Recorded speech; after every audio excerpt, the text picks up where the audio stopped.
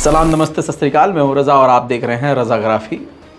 पहली बार कुछ ऐसा हो गया है कि मुझे खुद हंसी आ रही है। आपको बता दूँ, ईरान का एक पहला चैनल है, अंग्रेज़ी न्यूज़ चैनल, उसको इज़राइल ने परमिशन दी इज़राइल के अंदर आने की। इतना ही नहीं, इज़राइल का सबसे ख़तरनाक डिफेंस सिस्टम, सबसे मजबूत आयरन डोम के पास जाकर पूरी तरह से उसको कवर करने की इजाज़त दी ईरान के जर्नलिस्ट को। कमाल है, ईरान के टीवी चैनल को। इतना ही नहीं, उस टीवी चैनल ने इज़राइल के फौजियों का इंटरव्यू भी लिया और आयरन डोम को छू के, घुमा के, फिरा के सब कुछ दिखाया जा रहा है। ये है वो वीडियो। आपको बता दूं कि इसमें इज़राइल का कुछ एजेंडा हो सकता है। कमाल की बात यह है कि ईरान का टीवी चला भी गया और इज़राइल ने परमिशन दे दी। ये काफ़ी बड़ी बात है। मेन बात यह है कि इज़राइल ने परमिशन भी दे दी। कोई डॉक्यूमेंट्री होती तो बात अलग होती। यहाँ उनके सबसे घातक हथियारों को, और जब यहाँ पर तनाव बना हुआ है और इज़राइल ईरान पर हमला करने के लिए बोल रहा है, ऐसे में आयरन डोम के पास ईरान के टीवी का चले जाना, ईरान के जर्नलिस्ट का चले जाना, ये बड़ी बात है। और इंटरव्यू भी लिया गया है। इंटरव्यू भी लिया, सवाल जवाब भी किए, आयरन डोम के बारे में पूछा, कैसे चलता है, क्या कर, वो सब कुछ पूछा गया है। देखा जाए तो इज़राइल का इसमें जो है बेखौफपना देखा जा रहा है कि इज़राइल डरता नहीं है। दूसरी तरफ इज़राइल ने यह भी दिखाया कि देखो हम कितने उदारीन हैं, हम बिल्कुल नरम दिल हैं, हम दुश्मनी नहीं रखते, हम तो भाई आम लोगों को, मीडिया वालों को अपना ही मानते हैं।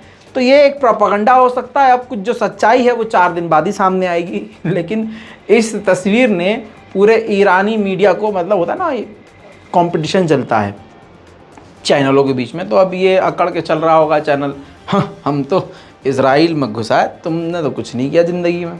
खैर, मज़े की बात यह है कि इनके इंटरव्यू को शेयर करते हुए IDF, इज़राइल डिफेंस फोर्स ने कहा है कि अ मैसेज टू ईरान।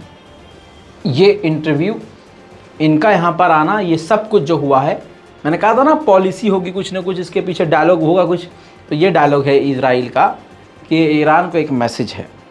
क्योंकि ईरान के ही चैनल ने इसको दिखाया कि कितना ख़तरनाक ये आयरन डोम है, और ईरान के टीवी चैनल को जो आने दिया है वो भी एक मैसेज है। वहीं ईरान दूसरी तरफ पूरी तरह से जंग की तैयारी कर रहा है। उसने छोटे हेलीकॉप्टर कैरियर लॉन्च किए हैं, 3 हैं आपकी स्क्रीन पर, और इन तीनों का नाम शहीद कासिम सुलेमानी पर रखा गया है। शहीद सुलेमानी नाम है।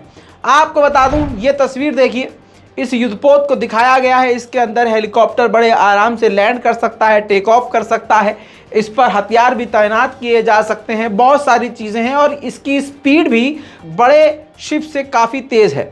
एडवांस इसका डिज़ाइन है, दुनिया में टॉप लेवल के जो वॉरशिप हैं उसके मुताबिक इसको डिज़ाइन किया गया है। और कहा यह जा रहा है कि इससे समुद्र में ईरान की ताकत और बढ़ गई है।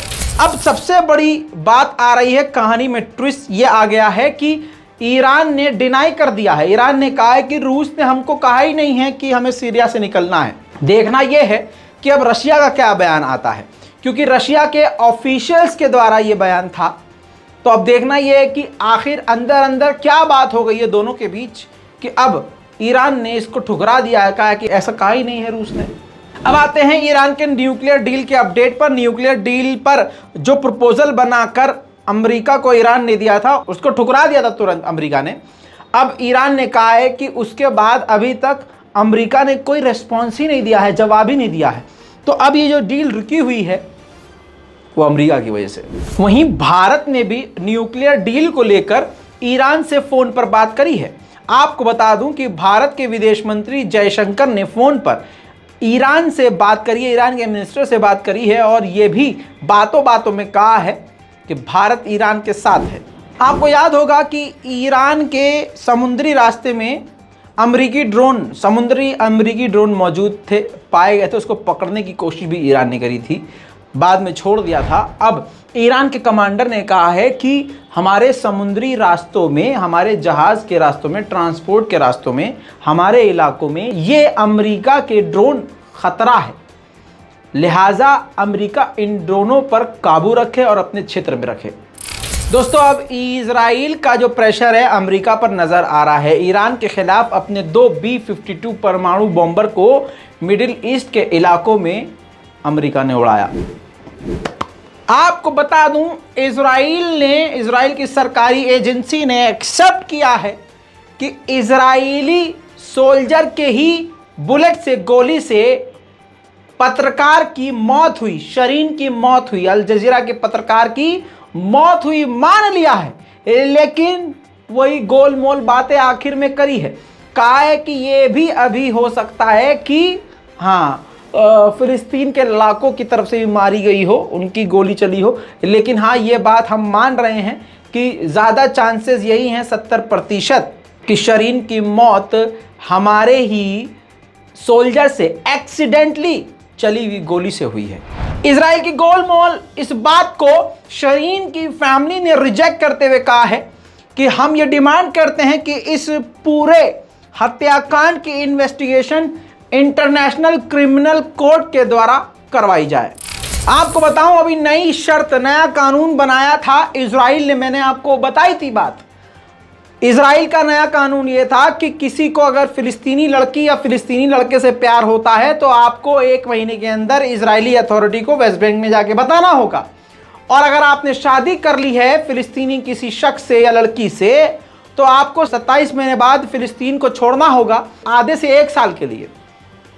काफी सारे अजीबोगरीब कानून बनाए थे। अब उस कानून को इजराइल ने वापस ले लिया है क्योंकि प्रेशर अमेरिका का था, बाइडेन का खुद का प्रेशर था। क्योंकि इसकी वजह से इजराइल का असली चेहरा सामने आ रहा था, क्रूरता सामने आ रही थी। और यूरोपियन गवर्नमेंट ने बहुत तगड़ा प्रेशर इजराइल पर बनाया था, जिसके बाद इजराइल ने इस कानून को वापस ले लिया है। वहीं आपको बता दूं, अमेरिका के एनवॉय जो इजराइल में हैं, उन्होंने बड़ा बयान ये दिया है ईरान के खिलाफ कि हम जानते हैं कि ईरान इजराइल के लिए बड़ा खतरा है। इसी वजह से कभी भी अमेरिका इजराइल के हाथ नहीं बांधेगा अपनी रक्षा और सुरक्षा के लिए।